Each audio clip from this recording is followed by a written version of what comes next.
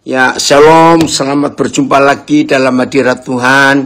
Puji Tuhan, hari ini kita dapat kesempatan lagi untuk belajar. Tema kita hari ini, pembebasan bersyarat.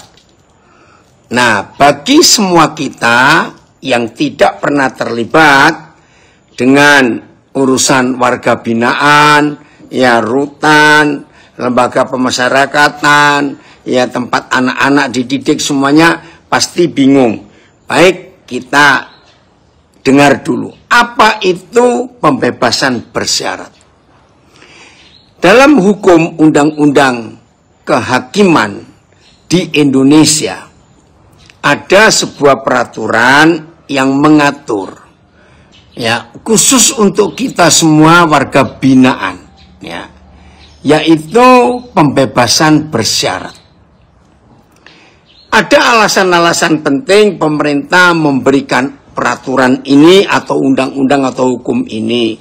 Nomor 1, pemerintah berharap setelah sekian tahun, ya, menjalani vonis pengadilan bagi semua warga binaan, diharapkan ada perubahan karakter, ada perubahan konsep hidup, ada hal-hal baru yang ditemukan dalam hidup para warga binaan. Nah, ada penilaian. Kalau misalnya vonisnya misalnya 10 tahun. Nah, 2 tahun pertama sampai 3 tahun pertama biasanya ya masing-masing beda-beda. Ada penilaian. Bagaimana karakter, sikap yang terjadi di warga binaan ini. Itu nomor 1. Sehingga pemerintah tidak berharap kalau 10 tahun harus 10 tahun jalan, tidak. Kalau dinilai ada perubahan hidup, nah itu dipertimbangkan. Alasan yang lain, ya, tidak semua orang bersalah itu akan terus bersalah. Pasti akan menemukan hal-hal baru dalam hidupnya lalu dia berubah. Alasan yang lain lagi, ya, semua tempat untuk membina kita semua sebagai warga binaan di seluruh Indonesia selalu kelebihan kapasitas. Jadi misalnya kalau kapasitas satu tempat itu 300 orang misalnya, maka karena pemerintah tidak bisa atau belum bisa membangun, ya, tempat-tempat baru, maka salah satu cara untuk mengurangi kepadatan penghuni sebagai warga binaan, maka pemerintah memberikan peraturan pembebasan bersyarat. Jadi biasanya setelah menjalani 2/3 biasanya dari masa hukumannya itu dan kelihatan berkelakuan baik dan semuanya masing-masing ada perhitungannya. Maaf, saya nggak bisa menjelaskan. Maka warga binaan bisa bebas, tapi dengan bersyarat. Nah, bersyarat itu salah satunya ada yang menjamin, lalu wajib lapor, ya, di Polres terdekat di mana mantan warga binaan ini memilih tempat untuk tinggal sebelum bebas total masa hukumannya selesai. Nah, penjaminnya harus ada. Nah, saudara, inilah arti pembebasan bersyarat. Ya, maka itu semua anak-anak saya, saudara saya warga binaan, gunakan, saya ulangi, gunakan kebaikan hati pemerintah kita dalam hal ini.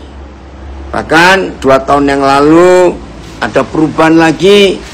Bahkan warga binaan yang vonisnya hukuman mati, tapi 10 tahun pertama dijalani dengan ketentuan-ketentuan yang berlaku, hidupnya benar, lebih baik, maka hukuman mati bisa turun. Nah, saya nggak ngerti hitungannya turunnya berapa dulu, ya. Itu ada yang jelaskan. Nanti Pak Andreas pasti bisa. Sekarang kita belajar. Lalu kalau dari Papa kita di surga, ketika kita dapat pengampunan, ketika kita mendapat kesempatan untuk dibebaskan dari hukuman kita semua, nah perbedaannya itu jauh sekali. Kita lihat sekarang 1 Korintus 6 ayat yang ke-11. 1 Korintus 6 ayat yang ke-11. Kita melihat ini. Oi Pak Pendeta Max Tiweri, puji Tuhan, ayo belajar terus. Kapan nak balik ke Manokwari? Ya, puji Tuhan, kita terus belajar ya. 1 Korintus 6 ayat yang ke-11. Kita melihat ini. Oke. Dan beberapa orang di antara kamu demikianlah dahulu. Ya, kita dulu sebelum bertemu dengan Tuhan Yesus hidup di dalam kejahatan, dalam dosa yang mengerikan dan menjijikkan. Nah, nanti saudara kalau ingin tahu apa saja daftar dosa yang pernah kita buat, itu ada di ayat 9 dan ayat 10. 1 Korintus 6. Kita nggak baca ya. Nah, dulu dikatakan di antara kita melakukan kejahatan-kejahatan itu. Tetapi setelah kita bertemu Tuhan Yesus dan mengambil keputusan untuk bertobat, berhenti berbuat dosa. Ya, kalau dalam istilah hukum ketangkap. Ya, kalau dalam istilah hukum. Lalu gimana yang nggak ketangkap? Nah, ini yang sering saya katakan kepada saudara-saudara yang tidak sebagai warga binaan, jangan sombong, jangan sombong, jangan berkata aku orang merdeka, aku orang bebas. Tunggu dulu, maaf, bukan saya nakut-nakutin atau menuduh. Kenapa begitu, saudara? Karena kalau dipikir, dihitung, dipertimbangkan, seandainya malam ini Tuhan Yesus datang, seandainya, ini cuma pengertian saja, maka saudara-saudara kita yang sudah menjalani hukuman dari negara atas semua kejahatannya, mereka, ini cuma istilah saya, mereka akan lebih dulu masuk surga daripada kita yang masih bebas berkeliaran keluyuran ini. Loh, kok bisa begitu? Tunggu dulu. Tuhan yang paling tahu isi hati kita. Kita ini orang benar atau orang berdosa. Nah, kalau kita belum ketangkap, padahal kita berbuat dosa, berarti kita belum menjalani hukuman manusia. Nah, saudara kita ini sudah. Nah, saudara dan saya, jangan sombong. Kalau kita sedang berbuat dosa atau pernah berbuat dosa, tapi belum mengaku, belum memberi diri kita, ini kalimatnya, tetapi kamu telah memberi dirimu disucikan. Nah, kita belum, masih hidup dalam dosa. Maka kalau malam ini Tuhan Yesus datang, kita belum bisa bebas dulu. Kita akan diadili dulu. Beda dengan saudara kita warga binaan itu. Saya harap mengerti konsep ini. Nah, setelah kita memberi diri kita disucikan, nomor 1, ada 3 tingkatan. Ya. Nomor 2, kamu telah dikuduskan. Nomor 3, kamu telah dibenarkan dalam nama Tuhan Yesus Kristus dan dalam roh Tuhan kita. Nah, ternyata ketika kita menerima pembebasan dari pengampunan yang kita dapat dari Bapa di surga, itu ada 3 tingkatan, ada 3 perbedaan: disucikan, dikuduskan, dan dibenarkan. Nanti kita akan lihat. Nah, kalau ada yang berkata, ya ini pembebasan bersyarat dari Tuhan kita, bisa juga kita ambil ini, karena kita tidak bisa langsung dibenarkan. Harus lewat 2 proses dulu, disucikan dan dikuduskan. Apa bedanya? Kalau ada yang tanya, nanti. Ayat. Beberapa dari kamu juga seperti itu. Ya. Namun, naik lagi, Phil. Namun kamu sudah dibersihkan, sudah dikuduskan, dan sudah dibenarkan dalam nama Tuhan Yesus Kristus dan dalam roh Tuhan kita. 3 ya, ada 3 yang dipakai. BIS. Beberapa di antaramu dahulu berkelakuan seperti itu. Tetapi sekarang kalian dinyatakan bersih dari dosa. Dinyatakan bersih. 2, kalian sudah menjadi milik Tuhan yang khusus.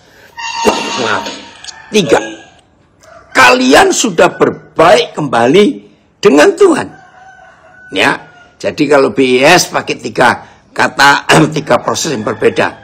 Dinyatakan bersih dari dosa, menjadi milik Tuhan yang khusus, dan sudah berbaik kembali, berdamai dengan Tuhan.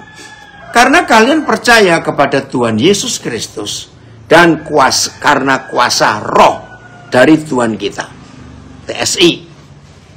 Memang di antara kalian ada yang dulunya hidup seperti itu. Itu tadi cari nanti setelah ibadah ini baca ayat 9, ayat 10. Itulah daftar dosa yang kita pernah lakukan dulu. Saya ulangi, memang di antara kalian ada yang dulunya hidup seperti itu. Tetapi sekarang kalian sudah dibersihkan, sudah disucikan, dan dibenarkan di hadapan Tuhan. Karena bersatu dengan penguasa kita, Yesus, dan dengan roh dari Tuhan kita. Sama TSI pakai 3 tingkatan. Dibersihkan, disucikan, dan dibenarkan.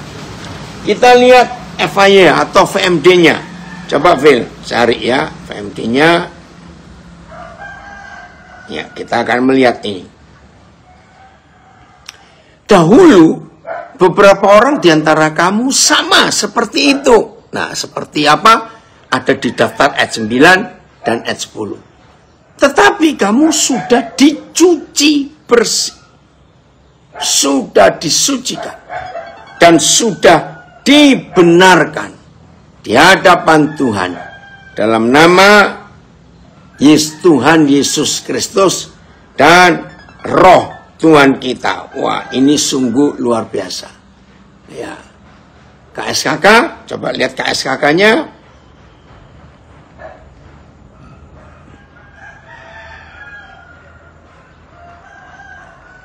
Ya, beberapa dari antara kamu pernah serupa itu. Ya. Tetapi kamu telah dimurnikan. Tingkat yang berikut, dikuduskan bagi Tuhan. Dan yang ketiga, telah dibenarkan dalam hubungan dengan Tuhan demi nama Tuhan Yesus Kristus.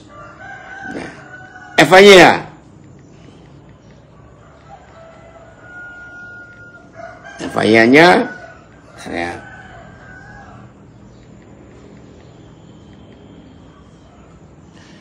dahulu beberapa di antara saudara bersifat demikian.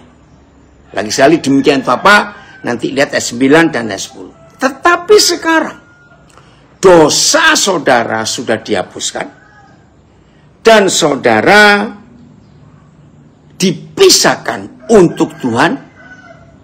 Iya, Tuhan kita sudah menerima saudara karena apa yang telah dilakukan oleh Tuhan Yesus Kristus dan roh Tuhan untuk saudara. Jelas ya? Nah, ayo saudara, kita memberikan diri kita untuk mengalami 3 proses ini. Ya. Udah? Nah, itulah yang Tuhan kerjakan atas hidup kita. Sungguh luar biasa Tuhan kita. Ya, karena kebaikannya yang sangat hebat sekali sehingga kita ya mengalami pembenaran. Itu tingkat yang ketiga. Ayo kita perhatikan baik-baik janji Tuhan yang luar biasa ini. Oke, sekarang kita uraikan. Mengapa Papa perlu melakukan 3 hal ini untuk membebaskan kita dari dosa. Ini sungguh-sungguh luar biasa.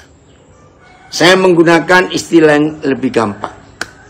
Kata pertama, coba lihat tadi, kembali ke terjemahan baru, Phil. 1 Korintus 6 ayat yang ke-11. Kata yang pertama, kamu telah memberi dirimu disucikan. Nah, dalam pengertian yang paling mudah, kata disucikan itu ditutupi. Ya, maaf. Pernah nggak kita menutupi sesuatu yang kotor? Karena ada tamu di rumah kita dan kita nggak sempat bereskan. Lalu kita tutupi dengan sesuatu yang kelihatan indah. Nah, kalau cuma ditutupi, begitu tutupnya dibuka, kotorannya masih ada nggak, saudara? Masih. Nah, ternyata papa kita tidak hanya menutupi dosa kita. Papa kita nggak hanya menutupi kebejatan kita. Enggak. Nah, kalau pakai istilah pembebasan bersyarat, kenapa sih pemerintah nggak langsung bebaskan aja? Toh setelah menjalani 2/3 masa hukumannya, kelihatan baik kok. Nah, pemerintah tidak bisa langsung menghapuskan ya kesalahan kita, karena baru 2/3 waktu hukuman itu kita jalani. Nah, itu ditutupi. Maka itu waktu sudah bebas dari tempat itu, kita wajib lapor. Kenapa wajib lapor? Belum terbukti apakah kita sudah bebas betul, tidak melakukan kejahatan lagi, maka itu wajib lapor. Itu cuma ditutupi. Hal kedua, kita telah memberi diri kita dikuduskan. Dikuduskan naik lagi. Nah, ini pakai istilah lama. Dulu kita sekolah masih pakai buku, lalu pakai pensil atau pakai pulpen nulisnya. Sekarang sudah pakai iPad, handphone, semuanya terserahlah. Nah, waktu kita habis nulis, entah pakai pulpen, entah pakai pensil, terus kita hapus. Horas, amang si ringo-ringo. Plastin, lama sekali papa nggak kontak. Iya ya, ini anak saya di Bekasi sedang banjir besar. Tuhan menolong kalian yang di sana. Nah, waktu tulisan itu atau coretan itu kita hapus, bersih, nggak kelihatan. Tapi percaya nggak, bekasnya masih ada, bekas tulisan yang kita hapus itu. Bahkan dulu masih ingat, kalau kita pakai karbon, kertas karbon untuk duplikat, ngetik dulu ya, dulu belum ada mesin fotokopi, bahkan belum ada printer, kan pakai karbon itu. Apa namanya, kertas apa itu? Ya, berapa lipat. Nah, begitu kita pakai karbon itu, kita coba tekan, akan keluar tulisannya. Jadi nggak bersih total. Nah, jadi kata disucikan itu ditutupi. Kalau dibuka dosanya masih ada. Kalau dihapuskan, ya, dikuduskan itu dihapus. Bersih dari mata nggak lihat. Tapi kalau kita teliti lagi, bekasnya itu masih ada. Nah, itu dihapuskan. Ternyata papa kita tidak melakukan 2 hal itu lalu selesai. Sampai yang ketiga, papa membenarkan kita. Ini yang luar biasa. Apa arti kata dibenarkan? Ternyata dalam bahasa sehari-hari, dibenarkan itu adalah sebuah sebuah sikap dari Tuhan. Setelah dia menyucikan kita, dia menghapuskan dosa kita, dia memandikan kita, lalu kita dibenarkan. Terima kasih Bapak. Itu dianggap tidak pernah berbuat salah. Wah, saudara, ayo kita belajar. Sampai tingkatan yang ketiga ini, dianggap tidak pernah berbuat salah. Wah, dari Belanda, saudara gabung. Ayo Van, kita belajar. Dianggap tidak pernah berbuat salah. Itu dibenarkan. Ini luar biasa. Saya beri contoh manusia saja. Saudara dan saya harus sampai kepada proses ini. Bisa membenarkan siapapun yang pernah bersalah kepada kita. Ayo kita benarkan. Begini kata dibenarkan itu. Ya, saya beri contoh. Hebat sekali. Terima kasih Bapak. Misalnya, Pak Filipus dengan saya, saudara tahu bukan, yang sering ikut Zoom apa ini. Kami ini dua baik. Sangat baik. Oke. Nah, suatu hari, ini saya beri contoh. Pak Filipus bilang pada saya, dia manggil saya Papa, saya perlu uang 200.000. Saudara, karena kami dekat, apalagi hubungannya orang tua dengan anak. Dan saya lagi punya 200.000. Ya udah, saya beri. Nah, terus Pak Filipus bilang, ini cuma contoh loh ya, cuma contoh. Nanti 2 minggu Pak, saya balik. Betul, ini ada komen dari Nabiri. Jadi ingat doa Bapak kami, betul. Ampunilah kesalahan kami, seperti kami mengampuni orang bersalah pada kami. Nah, setelah 2 minggu kali 100 misalnya, jadi sudah 200 minggu. Berapa tahun itu saudara? Ya 1 tahun kan cuma 52 minggu. Itu misalnya. Saya pun nggak nagih. Oh, dia anak saya kok. Ya, saya nggak nagih. Sama sekali tidak. Nah, tapi ini manusia. Coba dengar. Setelah sekian ratus minggu, hal yang sama terjadi suatu hari. Pak, saya pinjam 400.000. Nanti 2 minggu saya kembalikan. Saudara, saya nggak nagih. Saya rela yang 200.000 itu nggak dikembalikan. Ayo jujur jawab. Kira-kira saya tetap akan beri 400.000. Saya beri. Saya punya, dia juga anak saya. Tapi sebagai manusia, kira-kira kalau saudara jadi saya, akan muncul apa di pikiran ini? Tetap beri loh. 400.000 saya beri. Tolong jawab. Nulis. Di mana ini? Ayo dari Brisbane. Nulis juga. Saya nggak nagih yang 200.000 itu. Karena pinjam lagi 400.000. Ayo saya tunggu. Nulis cepat. Atau komen. Mana? Ayo. Nah itu. Ada yang nulis. Paling-paling nggak balik lagi. Iya. Ada yang bilang nggak percaya. Merasa dimanfaatkan. Oke. Janji-janji. Nanti lupa lagi. Dari Belanda bilang, oke, saudara, nah, sebagai manusia, masih ada bekas itu. Aduh, paling-paling nggak kembali, ya itu dia. Oke ya, saudara dengarkan. Bekas itu masih ada. Padahal saya tidak akan menagih yang 200 itu. Saya juga punya. Saudara, inilah manusia.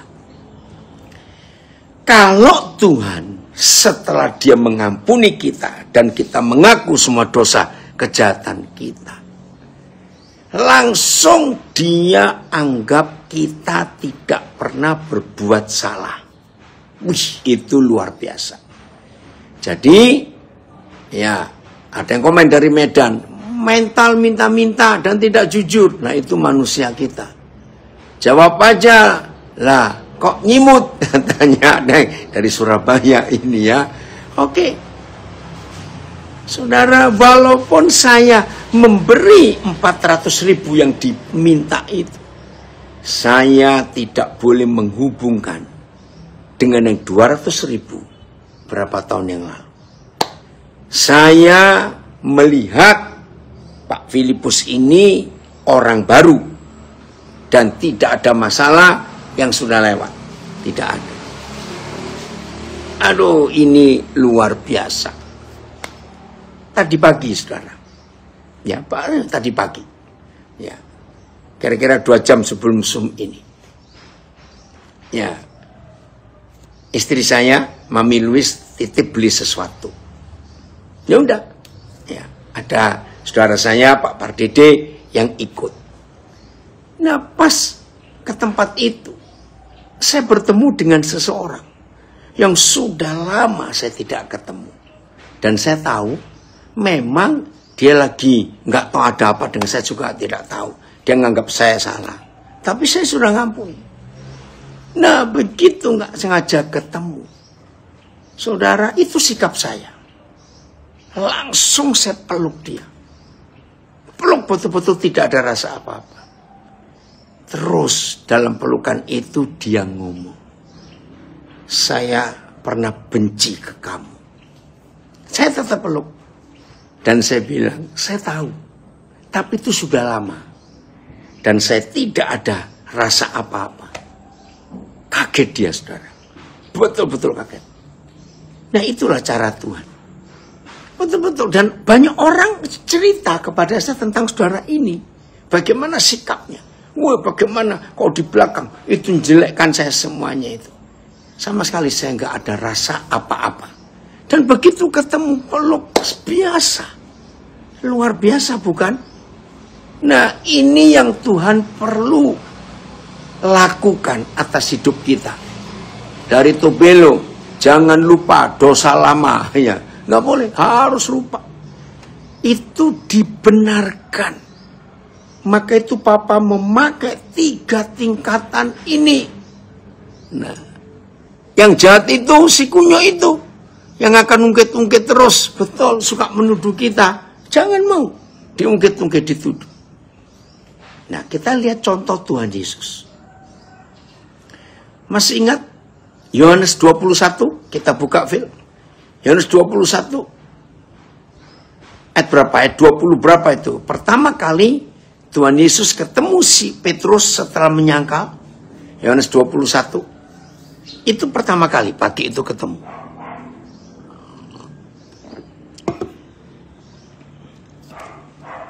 Coba cari. Ya, ayat berapa itu ya? 20-an, Vel, 20-an. Coba lihat. Oh iya, ya. 9. Bentar, betul. Coba cari itu. Yang Yesus bertanya kepada Simon. Mana sebentar. Oh ya, ayat 15. Ayat 15, bentar ya. Ayat yang ke-15. Kita perhatikan itu. Ayat yang ke-15. Bentar ya. Kita lihat. Ayat 15. Keren sekali, saudara. Ya. Sesudah sarapan. Ingat, mereka nggak dapat ikan. Ya. Sesudah sarapan. Yesus berkata kepada Simon Petrus. Ya. Simon, anak Yohanes, apakah engkau mengasihi aku lebih dari mereka ini? Ini luar biasa. Jawab Petrus kepadanya, benar Tuhan. Engkau tahu bahwa aku mengasihi engkau. Kata Yesus kepada Petrus, gembalakanlah domba-dombaku. Coba pakai terjemahan yang lain. Ada terjemahan yang berkata, beri makan domba-dombaku. Ayat 15-nya. Ini luar biasa.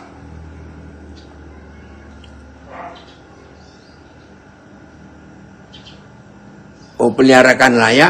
Oke, coba TSI-nya langsung. Sesudah kami makan, Yesus bertanya kepada Simon, yang juga disebut Petrus. Simon, anak Yunus, apakah kamu lebih mengasihi aku daripada semua sahabatmu ini mengasihiku? Petrus menjawab, benar Tuhan, Engkau tahu bahwa aku mengasihimu. Lihat, kemudian Yesus berkata kepadanya, berilah makan kepada kawanan dombaku itu. Oke, lihat ayat yang ke berapa? 11, coba lihat ayat 11. Ya, lihat ayat 11. Kita belajar ini. Ayo warga binaan dimanapun kita berada. Simon Petrus naik ke perahu, lalu menghela, menarik jala itu ke darat, penuh ikan-ikan besar. 153 ekor banyaknya. Dan sungguh pun sebanyak itu jala itu tidak koyak. Ayat 12. Ayat 12. Kata Yesus kepada mereka, marilah dan sarapanlah. Tidak ada di antara murid-murid itu yang berani bertanya-tanya kepadanya, siapakah engkau? Sebab mereka tahu bahwa ia adalah Tuhan. Ayat 13.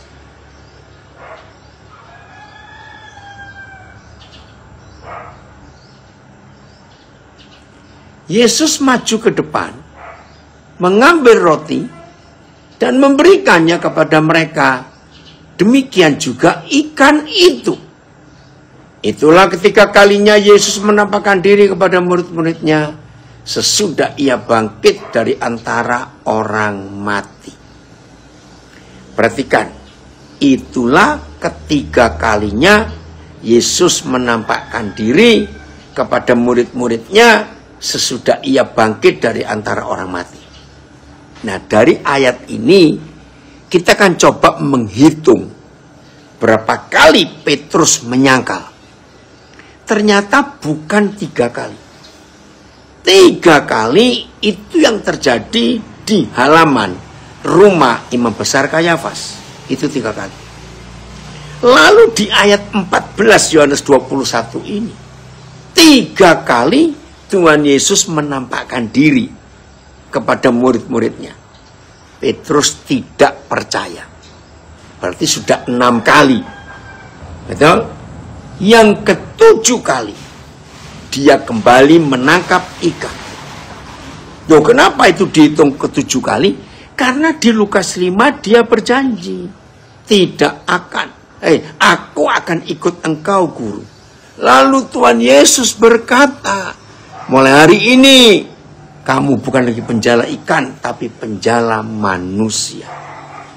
Kenapa dia balik lagi menangkap ikan? Nah, itulah ke-7-nya. Saudara bayangkan, 7 kali dia nyangkal Tuhan Yesus. Dan setelah pertama kali dia mengenalkan dirinya, aku Yesus, Tuhanmu yang disalib itu. Itu di Danau Galilea ini. Pelan-pelan. Kira-kira kalau Tuhan Yesus model kita, punya murid yang gak punya apa-apa, gak punya latar belakang yang baik, kita panggil dia, lalu kita angkat dia jadi orang terkenal. Bahkan Petrus ini satu-satunya murid yang paling lengkap menikmati semua mujizat Yesus. Dari yang lain, nggak semuanya, hanya Petrus. Apa itu? Jalan di atas air. Siapa yang pernah jalan di atas air selain Petrus? 2, mertuanya sembuh dengan mujizat. Siapa yang pernah? Nggak ada. 3, waktu Petrus motong telinga Malkus karena emosi, ingin menolong Yesus. Telinganya diambil dari tanah dan ditempelkan lagi tanpa operasi. Hei, itu luar biasa. Petrus mengalami semua. Tapi Markus menulis, dia sumpah tidak pernah kenal engkau. Sumpah. Itu tulisan Markus. Maka itu saya tanya, kira-kira kalau Yesus model kita, tolong jawab ya. Ayo semuanya jawab. Kira-kira kalau Yesus model kita, Setelah sekian waktu, orang yang kita pernah tolong ini sampai jadi terkenal, jadi hebat. Tahu-tahu dia ngomongin, dia nggak kenal kita. Ayo jujur, kira-kira kita ngapain ketika pertama kali ketemu orang kayak begini? Cepat jawab, saya ingin tahu. Ayo nulis, cepetan. Kira-kira kalau Yesus model kita. Iya, ini dari Medan. Wah, 7 kali nak. 3 kali di halaman rumah besar Imam Kayafas. 3 kali lagi Yesus nampakkan diri, tapi dia nggak percaya. Itu sudah 6 kali. Yang ke-7, waktu dia kembali nangkap ikan. Ayo cepat jawab. Kalau Yesus itu seperti kita, putus hubungan. Ini ada langsung ngomong, putus hubungan. Oke, apalagi tonjok jidatnya. Dijewer. Oh, kalau cuma jewer kecil, pura-pura nggak kenal dan nggak lihat. Ada yang ngomong begitu. Apalagi, ayo, kalau Yesus model kita, pateni, dibunuh katanya dari Blitar. Saudara, ini yang mengharukan. Potong kupingnya, putus, ya dari batu. Oke, sentil telinganya. Oh, kentengan gale kalau cuma sentil. Nggak dianggap lagi, betul. Saudara, ayo kita belajar. Begitu Tuhan Yesus pertama kali ketemu Petrus. Setelah semua marah dan kesal. Ada yang nulis begitu. Saudara, pertama kali Yesus bertemu Petrus. Dipelintir katanya. Tidak berbuat yang jahat. Malah nyiapin sarapan. Coba giginya Pak, kalau model saya, Yesusnya, untung tidak. Saudara lihat, diajak makan, bahkan disiapkan makanan. Dan Tuhan Yesus tidak bicara satu kali pun tentang kejahatannya. Itu yang saya lakukan tadi pagi pada salah seorang saudara. Dia yang minta maaf ketika saya peluk. Saya pernah benci. Saya bilang itu sudah lewat. Saya nggak mau lihat yang ke belakang. Ayo ke depan. Luar biasa, saudara. Kalau kita mau hidup dalam kebenaran ini. Jadi Petrus di mata Tuhan Yesus dianggap tidak pernah berbuat salah. Itu dibenarkan. Tolong catat. Dianggap tidak pernah buat salah. Maka itu Tuhan Yesus bisa enak sekali bersekutu dengan dia.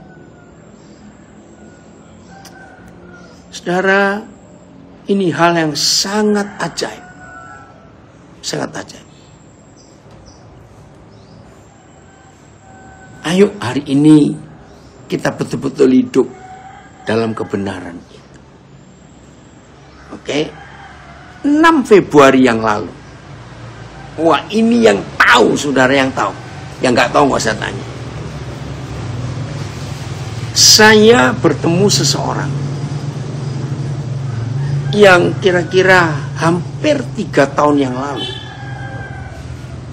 Orang ini menjahati saya luar biasa. Sangat sadis. Wah, menuduh saya yang macam-macam. Bahkan dia akan berusaha melaporkan saya ke KPK, Komisi Pemberantasan Korupsi, untuk mengaudit semua uang persembahan, uang sumbangan untuk pelayanan di Papua. Bayangkan sampai segitunya ini orang mau melaporkan saya. Saya tidak bereaksi sedikit pun. Lagi saya tidak bereaksi sedikit pun. Wih. Nah, tapi saya belum pernah punya kesempatan untuk bertemu dia dan berjalan bersama dia. Baru 6 Februari yang lalu. Setelah hampir 3 tahun peristiwa itu. Nah, saya tidak pernah menyebarkan apa yang dia buat. Dia yang menyebarkan kemana-mana. Puji Tuhan, sebagian besar orang-orang yang tahu saya, yang di forward semua apa yang dia tulis itu, sebagian besar nggak percaya. Tapi ada yang percaya. Nah, ketika ada yang percaya, lalu telepon saya bilang, ya sudah, buktikan saja mana itu. Bahkan dari yang dikirimi itu ada yang sudah meninggal. Ya. Saudara, tiba-tiba Tuhan itu luar biasa. 6 Februari kemarin, tiba-tiba saya lagi katakan, Tuhan yang bekerja. Saya bisa bertemu dia. Begitu pertama kali ketemu, langsung saya ajak makan. Saya ajak jalan. Ya, beberapa saat, hari loh. Lalu ada orang-orang yang tahu tentang orang ini. Mereka kaget lihat saya. Karena sosial media, wah, menyebar kemana-mana. Orang tahu. Saudara, saya dikeroyok dalam arti positif. Wih, yang nelpon saya, yang kontak saya. Itu beneran, itu beneran, itu beneran. Saya bilang betul. Soal itu jadi kesaksian luar biasa. Nah, saya itu tidak ada hati apa-apa. Sedikit pun tidak. Saya bersyukur kepada Tuhan.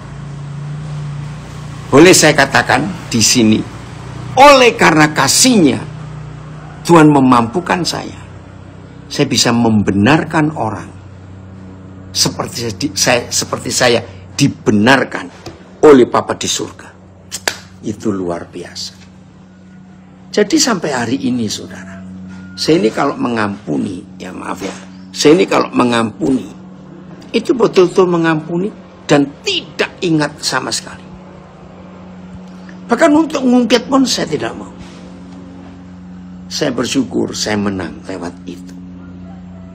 Jadi siapapun kita, ayo kita belajar mulai hari ini ya, untuk hidup sebagai pemenang.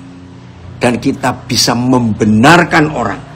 Bukan cuma kita dibenarkan, tapi kita bisa membenarkan orang. Betul nak? Ini dari Nabi luar biasa. Tuhan Yesus di hidup saya bersyukur untuk itu. Oke, kembali ke ayat yang ke-15. Yohanes 21. Kita akan bongkar posisi Petrus. Ya, ayat 15. Begitu bertemu, diajak makan. Yang nyiapin makan Tuhan Yesus. Saya itu pernah mikir gini, kalau saya Petrus, saya pasti nggak bisa makan. Sebab saya menerima makanan dari orang yang saya sangkali. Saya mendapat makanan dari orang yang saya jahati. Saya dapat makanan dari orang yang melukai saya, yang saya lukai. Saudara bayangkan, kalau saya Petrus, saya nggak bisa makan. Kira-kira betul nggak? Betul. Ini dari Surabaya ada komen, waduh, Pak Pendeta, pengalaman itu menunjukkan kemenangan karena bisa membenarkan orang. Betul. Luar biasa, saudara. Nah, kira-kira kalau saudara bagaimana? Mendapat makan dari orang yang saudara nggak suka, yang saudara jahati, yang saudara perlakukan nggak baik, pasti nggak bisa makan, bukan? Haleluya. Ayo, betul nak? Ayo semua kita pasti bisa juga. Jawabnya.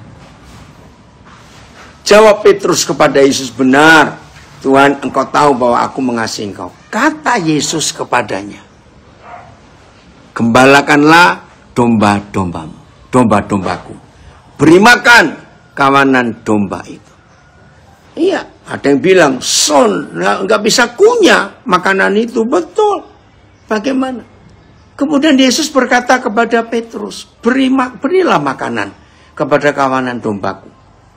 Ayo saudara. Dari batu bilang, nolak, nggak bisa ngunyah. Betul. Ini luar biasa. Setelah makan, Tuhan Yesus memberi Petrus jabatan yang gak main-main. Gembalakan domba-dombaku, beri makan domba-dombaku. Saudara tahu nggak? Ini tugasnya Tuhan Yesus. Karena dia gembala agung, dia akan pergi meninggalkan dunia ini kembali ke Bapa. Nah, dia cari pengganti. Dengarkan kalimat ini. Tuhan Yesus itu mencari pengganti. Aduh. Dari Magelang. Ya. Papa selalu menghidupkan Yesus dalam hidup pribadi. Iya, semua kita harus. Oke? Saya ulangi. Tuhan Yesus setelah kebangkitan, dia harus balik ke surga.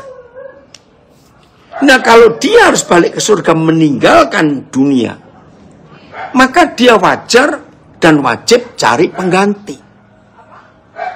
Saudara, yang mengagetkan, ternyata penggantinya itu si Petrus penyangkal itu.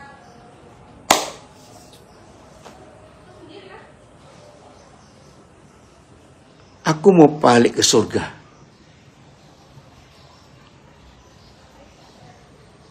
Ayo, kamu jadi wakilku.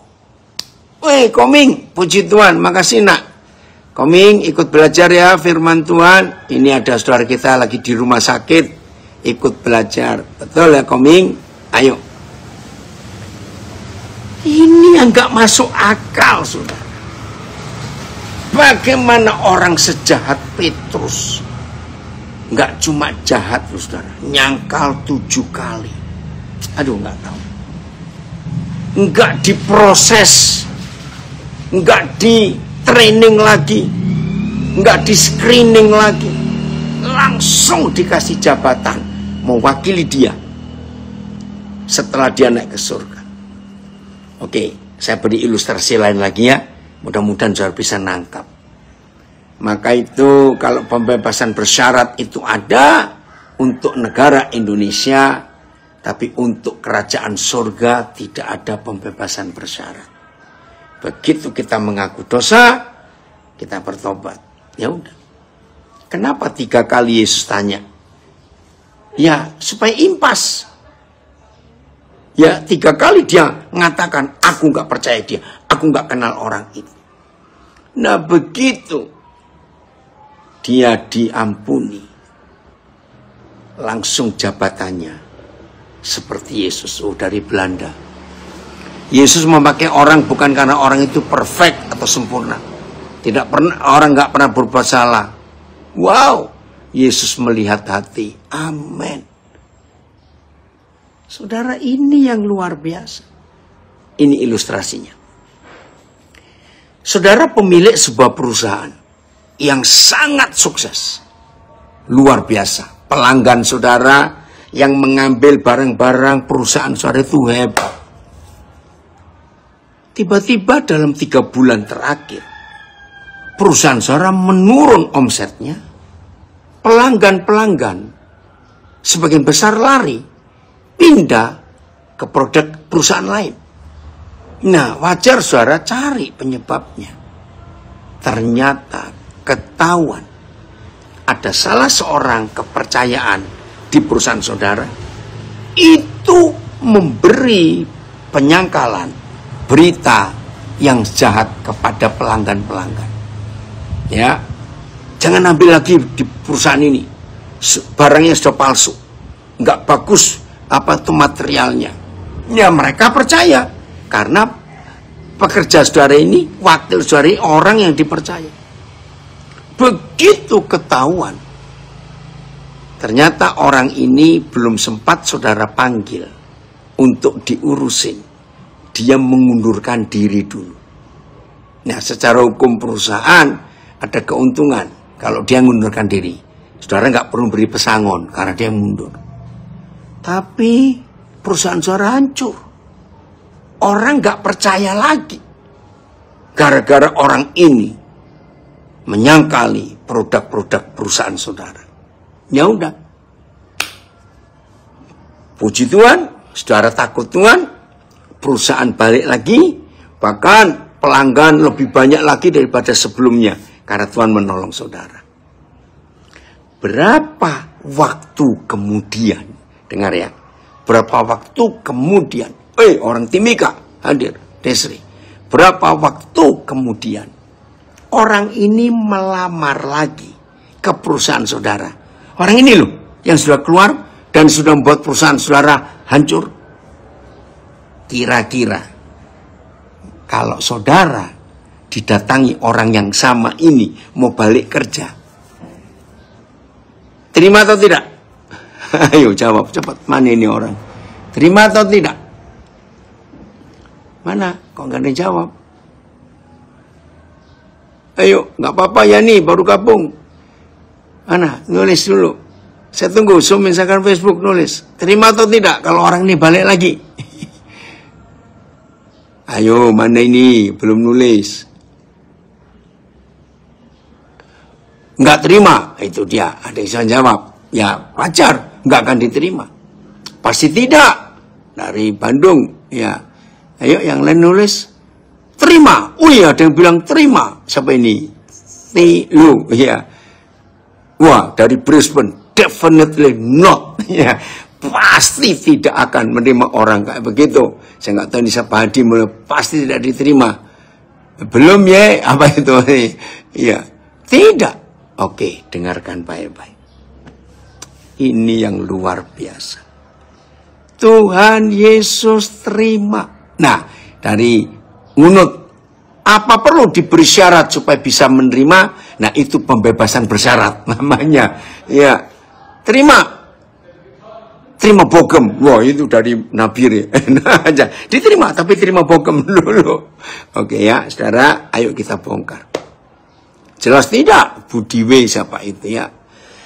Tuhan Yesus menerima Petrus kembali untuk jadi muridnya. Dan diterima, langsung diberi jabatan wakil direktur. Kan begitu. Ketika Tuhan Yesus mendengar 3 kali pengakuan Petrus dalam pertobatannya, beri makan domba-dombaku. Jadi artinya, Petrus, kamu tahu, aku akan balik ke surga. Aku serahkan tugas jabatanku ke tanganmu untuk ngurus domba-domba yang ada di dunia ini. Wih, itu gila betul, saudara. Tapi ini, ada yang dari Tobelo, diterima, tapi ditenggelamkan dulu Tobelo karena dekat laut ya. Di luar nalar, betul. Jadi hidup itu kalau bisa membenarkan orang, hidup itu lega. Cuma satu pengertiannya, karena kita sudah dibenarkan, dia anggap kita nggak pernah berbuat salah. Ini kan hukum pengampunan yang luar biasa. Jadi nggak ada stigma, nggak ada stempel, nggak ada cap, tidak ada. Kita semuanya orang yang dibenarkan karena perbuatan Tuhan Yesus. Betapa indahnya dunia kalau saudara dan saya bisa melakukan pembenaran ini. Terima kasih Bapak untuk kasih anugerah-Mu. Nah, dunia butuh ini. Maka itu kalau kita mengampuni orang, harus mengampuni dengan segenap hati. Artinya mengampuni, oke, dari lapas suka miskin harus keluar karena ada ibadah misa Rabu Abu. Oke, silakan. Ya, bagi umat Katolik, hari ini Rabu Abu sebelum Paskah, kurang berapa minggu, mengingatkan kembali kita ini dari debu, kembali kepada debu. Tidak ada seperti Yesus dalam segala hal. Bersyukur kita bisa melayani Yesus sebagai Tuhan. Amin. Dari Medan ada komen itu. Jadi mulai hari ini semua kita yang sudah dibenarkan oleh Tuhan Yesus, kita harus membenarkan orang lain. Tidak boleh ingat-ingat apa yang dia pernah buat atas kita. Ayat terakhir, Mazmur 103 ayat 13. Ini cara Papa membenarkan kita. Mazmur 103 ayat 13. Oke, ada yang tambah komen dari Nabire. Jadi di dunia ini tidak ada yang namanya manusia benar, tidak ada. Yang ada itu manusia yang dibenarkan. Betul sekali, nggak ada orang benar. Kita ini dibenarkan. Martin, jauh. Senang sekali ketemu kamu. Nah. Jadi mulai hari ini ya. Oh, maaf, ayat 12. Saya salah. Mazmur 103 ayat 12. Betul, nggak ada orang benar di dunia. Yang ada adalah orang yang dibenarkan. Sejauh timur dari barat. Demikian dijauhkannya daripada kita pelanggaran kita. Ayat. Seperti jauhnya timur dari barat. Demikian juga dia menjauhkan kita dari pelanggaran-pelanggaran kita. PS, sejauh timur dari barat. Sejauh itu dibuangnya dosa-dosa kita. Saudara, karena dunia ini bulat. Apa bedanya kalau dosa kita dibuang dari utara ke selatan? Atau dari selatan ke utara? Dengan dibuangnya dari timur ke barat. Jawabannya gampang. Karena dunia ini bulat. Karena bulat, maka itu ada titik utara dan titik selatan. Namanya kutub utara dan kutub selatan. South Pole dan North Pole. Jadi kalau kita diampuni oleh Papa, tapi dari utara dia mengambil dosa kita dan dia lempar ke selatan, berarti masih ketemu lagi. Tapi karena dunia ini bulat, saudara tahu nggak?